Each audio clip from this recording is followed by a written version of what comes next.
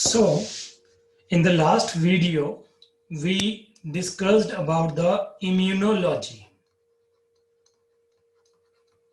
So, we started about the studies of the immune system and discussed about the various types of the immune system in the last video, that is the by birth immunity and the acquired immunity. So, now we are going to discuss about the types of immune system. Types of immune system. तो इस video के अंदर काफी important topic discuss होगा जो NEET में भी काफी हेल्प करता है। काफी क्वेश्चंस आते हैं नीट के अंदर भी और थ्योरेटिकली भी ये काफी इंपॉर्टेंट टॉपिक रहेगा। क्लियर? तो टाइप्स ऑफ इम्यून सिस्टम, दो तरह का इम्यून सिस्टम होता है हमारी बॉडी के अंदर। एक होता है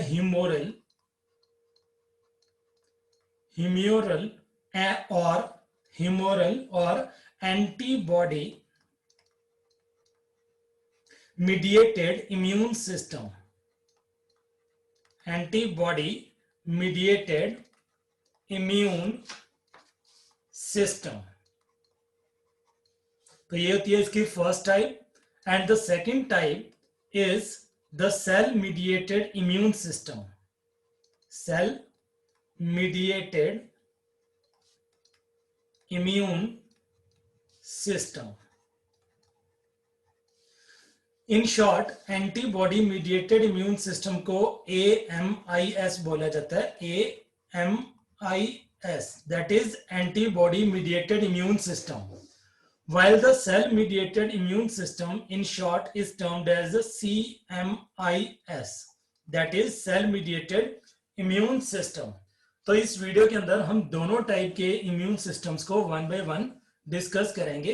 तो सबसे पहले हम डिस्कस करने जा रहे हैं AMIS, antibody mediated immune system. तो एंटीबॉडी मीडिएटेड इम्यून सिस्टम का मतलब क्या है कि यहाँ पे एंटीबॉडीज रोल प्ले करेंगी। यहाँ पे एंटीबॉडीज हमारे इम्यून सिस्टम को डेवलप करने में रोल प्ले करती हैं। तो लास्ट वीडियो में हमने डिस्कस किया था what are antigens and antibodies. तो रिमेंबर करवा रहा हूं आपको, याद करवा रहा हूं दोबारा से। Antigens also known as agglutinogen. तो ये क्या होते हैं एंटीजेंस या agglutinogen? They are the proteinaceous substances. They are proteinaceous substances which are present on the cell wall of bacteria or protein coat of viruses। तो जो पैथोजेंस होते हैं, वायरस हो गए या बैक्टीरिया हो गए या हेलमिंथ हो गए, उनकी सेल वॉल के ऊपर, प्लाज्मा मेम्ब्रेन के ऊपर भी हो सकते हैं कुछ प्रोटीनेशियस सब्सटेंसेस जो क्या करते हैं हमारे एंटीबॉडीज को स्टिमुलेट करते हैं। They stimulate the production of antibodies. तो एंटीबॉडीज की प्रोडक्शन को स्टिमुलेट कर देते हैं। और एंटीबॉडीज अब क्या होते हैं? Antibodies also known as agglutinin. तो एंटीबॉडीज क्या रहती हैं? Antibodies they are the complex glycoproteins produced in response to some antigen. जब हमारी बॉडी के अंदर कोई एंटीजन इंसर्ट होता है, एंटीजन एंटर करता है, तो कुछ कॉम्प्लेक्स ग्लाइकोप्रोटीन्स बनती हैं। कहां से बनती हैं? They are produced from the beta lymphocytes और बी लिम्फोसाइट्स। तो बी लिम्फोसाइट्स वो कॉम्प्लेक्स ग्लाइकोप्रोटीन्स को मैन्युफैक्चर करता है, तो एंटीबॉडीज बन जाती हैं। जब हमारी बॉडी के अंदर एंटीजन एंटर करता है तो एंटीबॉडी की क्या हो जाती है? प्रोडक्शन। तो जब एंटीजन और एंटीबॉडी दोनों की क्या होती है, रिएक्शन, तो उनसे क्या बनता है, एंटीजन एंटीबॉडी कॉम्प्लेक्स बन जाता है। तो इस प्रकार से एंटीजन को डीएक्टिवेट करती हैं antibodies bye formation of antigen antibody complex. तो इस तरह की इम्यूनिटी को हम क्या बोलते हैं, AMIS, that is antibody mediated immune system. Is it clear? समझ आया यहां तक?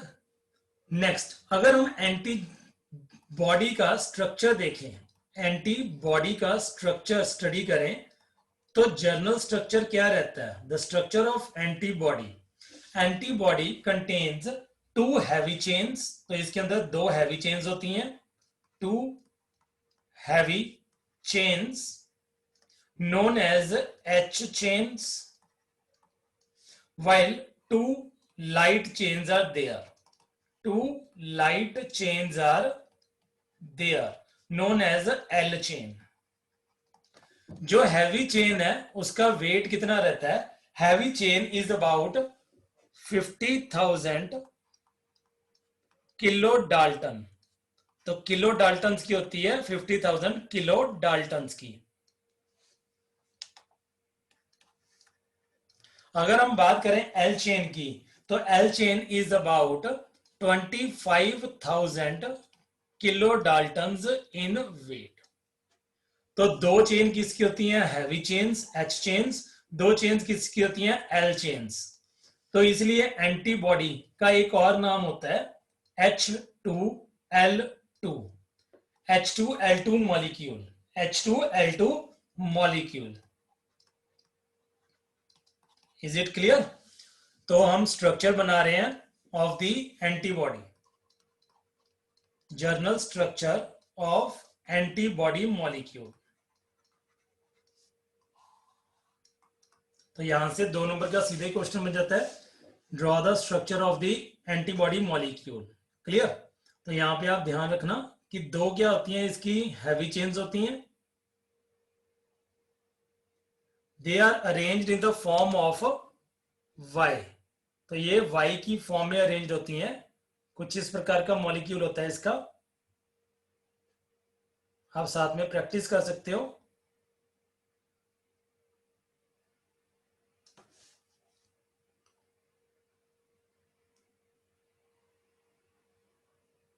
तो ये दोनों क्या बन गई, हैवी चेन्स। ये दोनों क्या है, हैवी चेन्स। मैंने ब्लैक कलर से क्या बनाई, हैवी चेन्स, और इसके साथ क्या होती हैं, light chains.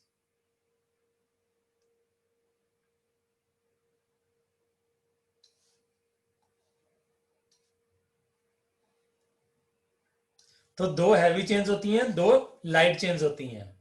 Heavy chains and light chains are connected to each other through disulfide bonds।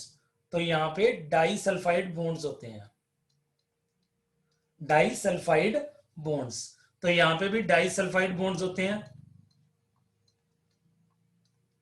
तो आप ऐसे दिखा सकते हो, ये क्या है, एक शॉर्ट आर्म है यानी कि light chain.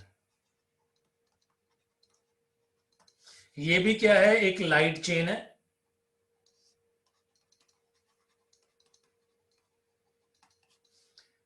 And these are the heavy chains.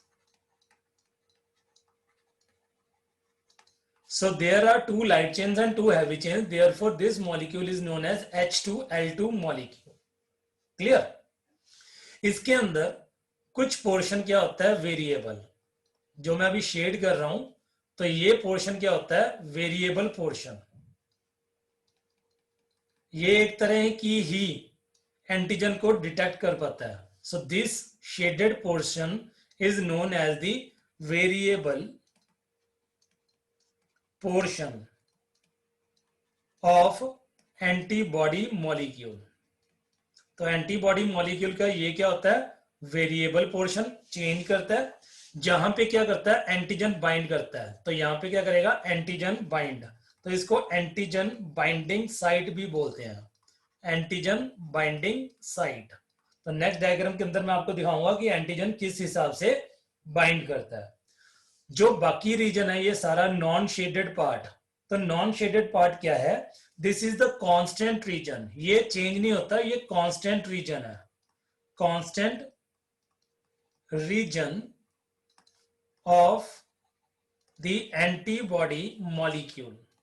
तो जितने भी एंटीबॉडी मॉलिक्यूल्स होंगे उनके अंदर कुछ पोर्शन क्या होता है constant, which is the non shaded portion, and कुछ पोर्शन क्या होता है shaded portion. Is it clear? तो अगर हम इसको एनलार्ज करके देखें, जो हमारा शेडेड पोर्शन है उसको एनलार्ज करके देख रहे हैं, तो शेडेड पोर्शन कुछ इस प्रकार से रहता है। तो ये क्या था शेडेड पोर्शन, मैं सिर्फ एक साइड दिखा रहा हूं शेडेड पोर्शन के अंदर।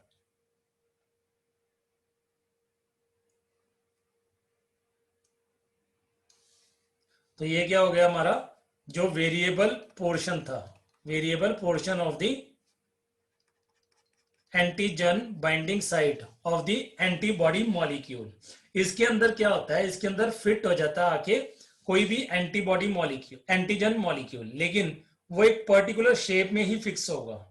यानी कि जो ये ग्रूव्स बनी हुई हैं इनके अंदर क्या लग जाएगा आके antigen molecule. So this is antigen molecule,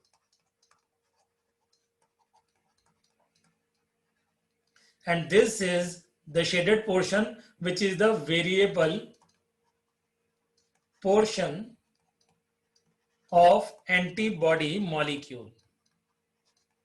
अब जिस प्रकार से एक लॉक के लिए एक की होती है, उस लॉक को अनलॉक करने के लिए सिमिलरली एक एंटीबॉडी मॉलिक्यूल के अंदर सिर्फ एक ही तरह का एंटीजन क्या हो सकता है फिट हो सकता है। इसलिए क्या बोलते हैं that antibodies are specific for a particular type of antigen. Antibodies they act like lock, तो वो ताले की तरह काम करती हैं। Antigens they are like keys, वो चाबी की तरह काम करती हैं। क्लियर? तो ये होता है हमारा एंटीबॉडी मीडिएटेड इम्यून सिस्टम। अगर किसी को भी कोई डाउट रहेगा तो वो मेरे से क्लियर कर सकता है। तो यहां पे हम फंक्शंस नोट करने जा रहे हैं। व्हाट आर दी फंक्शंस, या जो एंटीबॉडी मॉलिक्यूल है वो फंक्शन कैसे करता है, फंक्शनिंग ऑफ एंटीबॉडी मॉलिक्यूल। तो एंटीबॉडी मॉलिक्यूल अप्रोक्सीमेटली 5 वे से क्या करता है काम करता है। Number 1 is अग्लूटिनेशन। अग्लूटिनेशन मैंने लास्ट वीडियो में भी आपको बताया था। अग्लूटिनेशन का मतलब क्या होता है, जब एक एंटीजन मॉलिक्यूल बाइंड कर जाता है एंटीबॉडी मॉलिक्यूल के साथ, तो वो क्या बनाता है एंटीजन एंटीबॉडी कॉम्प्लेक्स बनाता है। उस तरह के स्ट्रक्चर को या उस तरह की फंक्शनिंग को क्या बोलते हैं हम, अग्लूटिनेशन। क्लियर? तो सेकंड वे क्या रहता है ऑप्सोनाइजेशन। ऑप्सोनाइजेशन ऑप्सोनाइजेशन इसको अडहियरेंस भी बोल देते हैं, कि अडहियर करके क्या करता है ये अपनी फंक्शनिंग परफॉर्म करता है।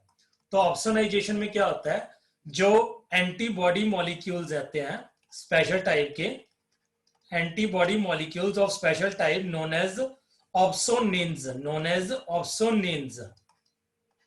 they bind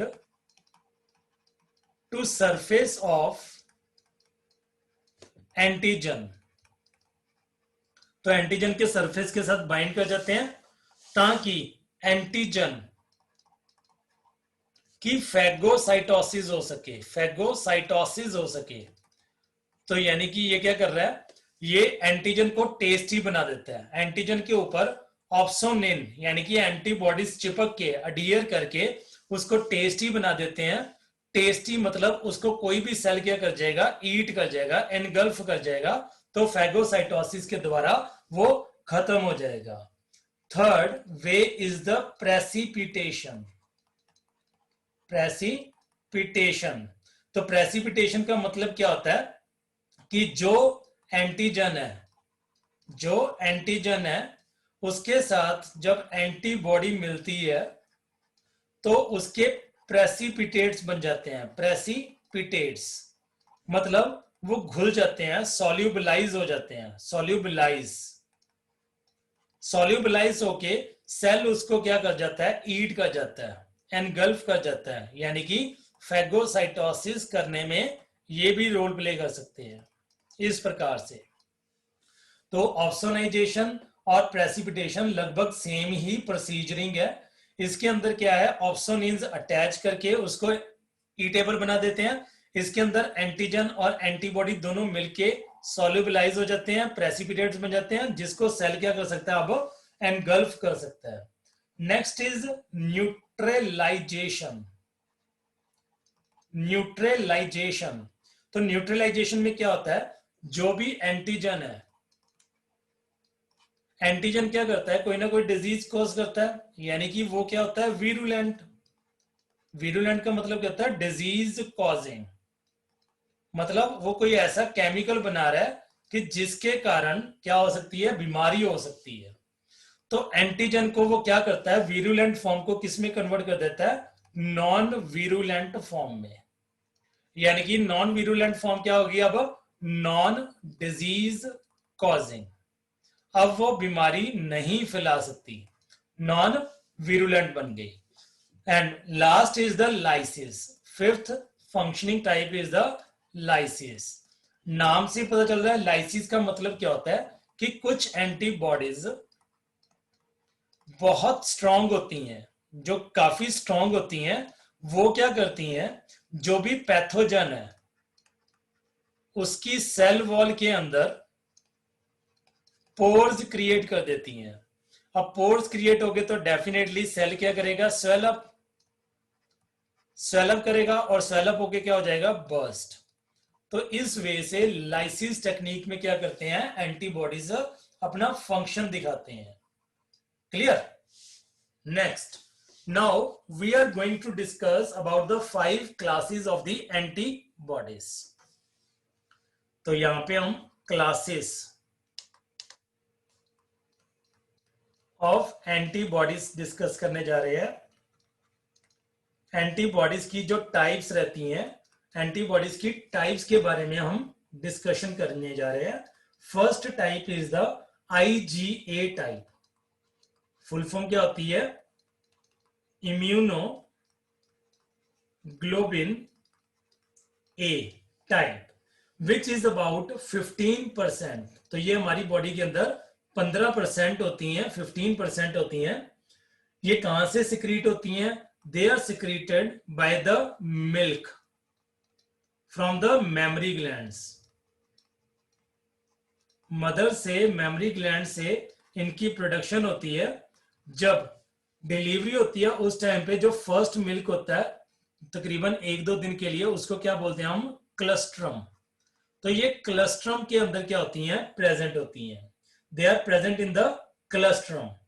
या फिर ये कहां से सिक्रीट होती हैं, from the mucus of the respiratory tract, या फिर यूरिनोजेनिटल ट्रैक्ट, और फ्रॉम अपना एलिमेंट्री कैनाल। तो जहां पे भी म्यूकस सिक्रीट हो रहा है तो वहां पे कौन सी एंटीबॉडीज ज्यादा सिक्रीट होती हैं, IgA टाइप की एंटीबॉडी सिक्रीट होती हैं। अगर इसके स्ट्रक्चर के बारे में बात करें तो इसका स्ट्रक्चर कुछ इस प्रकार का होता है। तो यहां पे आप ड्रॉ कर सकते हो। ये वाला जो पोर्शन है ये ज्यादा नीट वाइज इंपॉर्टेंट है। थ्योरेटिकली बहुत कम चांसेस है कि यहां से कोई क्वेश्चन आएगा। तो IgA टाइप का मॉलिक्यूल कुछ इस प्रकार का होता है, IgA। Clear? Second type is the IgD type. That is immunoglobulin D type, which are only 1%. ये सिर्फ 1% होते हैं बॉडी के अंदर। ये कहां से सिक्रीट होते हैं, they are secreted secreted in large quantities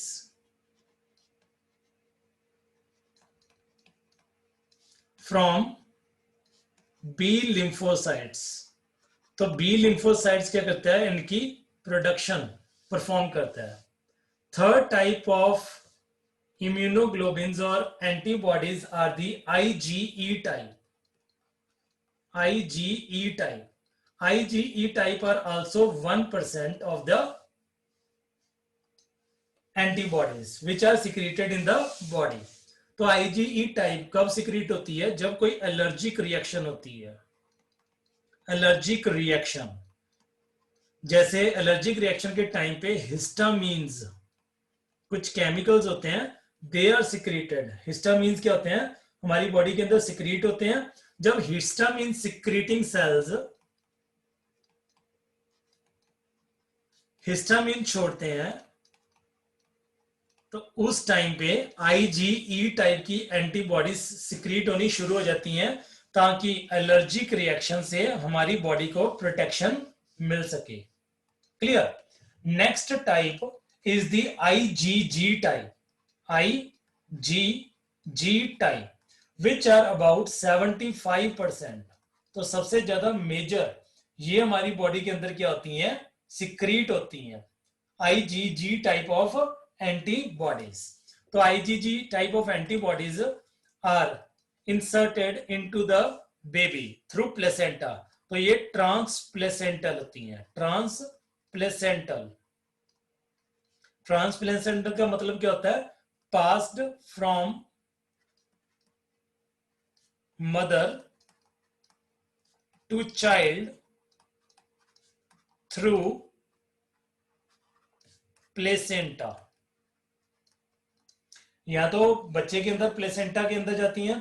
तो ये काम क्या करती हैं, ये स्टिमुलेट करती हैं. किसको स्टिमुलेट करती हैं, जैसे लास्ट वीडियो में हमने डिस्कस किया था कॉम्प्लीमेंट्री सिस्टम. तो ये स्टिमुलेट करती हैं कॉम्प्लीमेंट्री सिस्टम को, फैगोसाइटोसिस को इंक्रीज करती हैं, फैगोसाइटोसिस की इंक्रीज करती हैं, न्यूट्रोफिल्स को एक्टिवेट करती हैं, न्यूट्रोफिल्स को एक्टिवेट करती हैं, और ऑप्सोनाइजेशन जो हमने अभी डिस्कस किया था. ऑप्सोनाइजेशन का मतलब क्या होता है, अडहियरेंस. अडहियरेंस. तो ऑप्सोनाइजेशन को सिक्रीट करती हैं ताकि हमारी बॉडी के अंदर एंटीजेंस खत्म हो जाए. And the fifth type is the IgGM type. IgM type of antibodies. They are secreted about 7 to 10% in the body. तो 7 से 10% सिक्रीट होती है हमारी बॉडी के अंदर. तो ये क्या करती हैं, ये फर्स्ट जब हमें रिस्पॉन्स होता है किसी भी बीमारी से तो सबसे पहले यही एक्टिवेट होती हैं. एक्टिवेट्स. तो इनकी प्रोडक्शन क्या होती है, activate during the first response. तो फर्स्ट रिस्पॉन्स के टाइम पे क्या होती हैं, ये सिक्रीट होती हैं. They are highly effective. Highly effective होती हैं. They are highly effective because they have 10 antigen binding sites. 10 antigen binding sites. तो इनके अंदर एंटीजन बाइंडिंग साइट्स कितनी रहती हैं, 10. अब यहां पे देखिए तो कितनी एंटीजन बाइंडिंग साइट है, 1 2 3 एंड 4. तो यहाँ पे एंटीजन बाइंडिंग साइट्स कितनी है, 4. अगर IgM की बात करें तो IgM की जो एंटीजन बाइंडिंग साइट्स होती हैं वो कितनी रहती हैं, 10. तकरीबन 10 होती है, 10 तक हो सकती हैं. So therefore they are the largest. Size के अंदर लार्जेस्ट एंटीबॉडीज होती हैं ये. They are the largest antibodies. Clear. तो ये क्या क्या काम करवाती हैं, दे स्टिमुलेट और दे एक्टिवेट. दे स्टिमुलेट और they activate the production of the B cells. तो बी सेल्स की मैन्युफैक्चरिंग को क्या करती हैं, ये कंट्रोल करती हैं. हमारी बॉडी के अंदर जो सी सिस्टम है यानी कि कॉम्प्लीमेंट्री सिस्टम, उसको भी ये एक्टिवेट करवाती हैं. कॉम्प्लीमेंट्री सिस्टम को ये एक्टिवेट करवाती हैं. एंड साथ में जो मैक्रोफेजेस होते हैं, मैक्रोफेजेस, जो फैगोसाइटेसिस करते हैं उनको भी एक्टिवेट करवाते हैं। क्लियर। अब यहाँ पे IgE टाइप एंटीबॉडी बना रहा हूं, तो ये होती है IgE type of antibody, IgE type of antibody. Clear. उसका स्ट्रक्चर कुछ इस तरह का रहता है IgE टाइप ऑफ एंटीबॉडी का। अगर IgM टाइप ऑफ एंटीबॉडी बनाए तो वो कुछ इस प्रकार की होती है।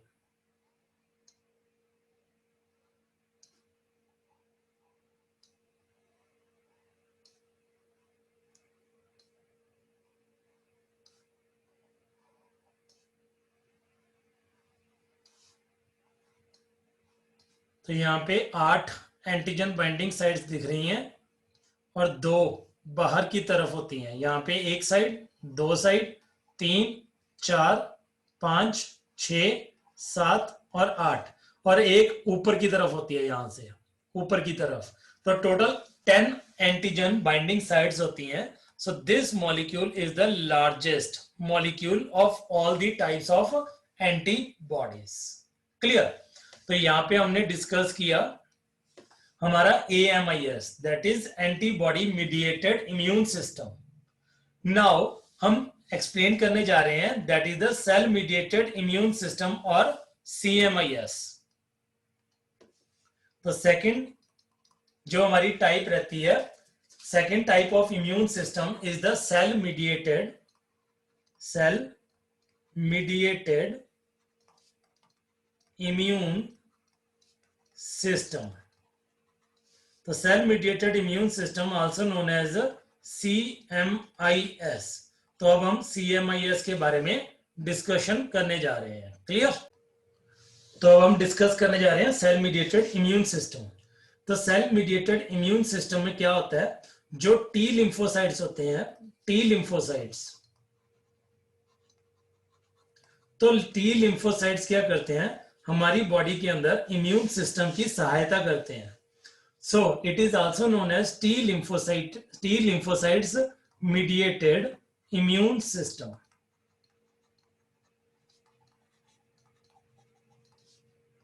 That is TMIS, T lymphocyte mediated immune system. अब जो T lymphocytes होते हैं, T lymphocytes, तो वो directly they do not play directly role, तो वो डायरेक्ट रोल प्ले नहीं करते, लेकिन T लिम्फोसाइट्स क्या काम करते हैं, they help in the production of B lymphocytes. तो इनकी सहायता से B लिम्फोसाइट्स बनने शुरू हो जाते हैं। क्लियर। अब जब बोन मैरो के अंदर, अब T लिम्फोसाइट्स कैसे बनते हैं वो डिस्कस कर रहे हैं। बोन मैरो, जो हड्डियों के अंदर जहां पे RBCs WBCs बनते हैं, उसको बोलते हैं बोन मैरो। तो बोन मैरो क्या करता है, लिम्फोसाइट्स की प्रोडक्शन कंट्रोल करता है, लिम्फोसाइट्स बनाता है, लेकिन कौन सी फॉर्म में, इमैच्योर फॉर्म में। तो इमैच्योर फॉर्म में बोन मैरो, कौन से बोन मैरो की बात हो रही है यहाँ पे, येलो या व्हाइट बोन मैरो की। तो येलो या व्हाइट बोन मैरो क्या करता है, इमैच्योर लिम्फोसाइट्स की प्रोडक्शन करता है। ये लिम्फोसाइट्स बनने के बाद कहां पे जाते हैं, to the thymus, thymus gland के पास जाते हैं। थाइमस ग्लैंड कहां पे रहता है, in chest, under sternum, sternum के नीचे, बट ओवर हार्ट, हार्ट के ऊपर होता है, छोटा सा ग्लैंड है ये थाइमस ग्लैंड। तो थाइमस ग्लैंड के पास जब इमेच्योर लिम्फोसाइट्स पहुंचते हैं, तो थाइमस उनको किस में कन्वर्ट कर देता है, T लिम्फोसाइट्स में कन्वर्ट कर देता है। तो T लिम्फोसाइट्स क्या हो गए, बनने शुरू हो गए। अब T लिम्फोसाइट्स की डिफरेंशिएशन होती है, डिफरेंशिएशन के द्वारा वो different types of T lymphocytes बन जाते हैं। Like number 1 is helper T lymphocytes, helper T cells or T lymphocytes. Second is the cytotoxic or killer T cells. Third is the suppressor suppressor T cells, and fourth is the memory T cells. Clear? तो ये चार तरह के T lymphocytes बन जाते हैं हमारी body के अंदर। अब ये काम कैसे करते हैं? सबसे पहले जो हेल्पर टी सेल्स हैं, हेल्पर टी सेल्स, वो क्या करते हैं? नाम से पता चल रहा है हेल्पर। हेल्पर का मतलब क्या होता है? सहायता। यानी कि वो क्या करेंगे? बी सेल्स की प्रोडक्शन को कंट्रोल करते हैं। तो वो क्या बनाते हैं? बी सेल्स, यानी कि B lymphocytes, as well as they form killer type of T cells. तो बी सेल्स और किलर टी सेल्स की जो प्रोडक्शन है वो कौन कंट्रोल कर रहा है? Helper T cells. Second is the cytotoxic, cytotoxic और किलर टी सेल्स। तो अगर साइटोटॉक्सिक या किलर टी सेल्स डायरेक्ट बनते हैं तो वो क्या करेंगे? डेफिनेटली वो जो भी एंटीजन है उसके ऊपर अटैक करेंगे। तो एंटीजन के अंदर क्या क्रिएट हो जाएंगे? पोर्स, होल्स क्रिएट हो जाएंगे, जिसके अंदर पानी एंटर करना शुरू हो जाएगा। अगर पानी एंटर करना शुरू हो गया तो वो स्वेलअप करना शुरू कर देते हैं। स्वेलअप होके क्या कर जाते हैं? बर्स्ट। तो बर्स्ट हो गए तो उनकी क्या हो गई? डेथ हो गई। उनकी क्या हो जाती है? डेथ। तो इस प्रकार से साइटोटॉक्सिक या किलर सेल्स क्या करते हैं? अपना फंक्शन परफॉर्म करते हैं। सुप्रेसर टी सेल्स, तो सुप्रेसर टी सेल कैसे काम करता है? तो वो सुप्रेस करता है साइटोटॉक्सिक या किलर सेल्स को, ताकि वो हमारे बॉडी के सेल्स को डैमेज ना करे।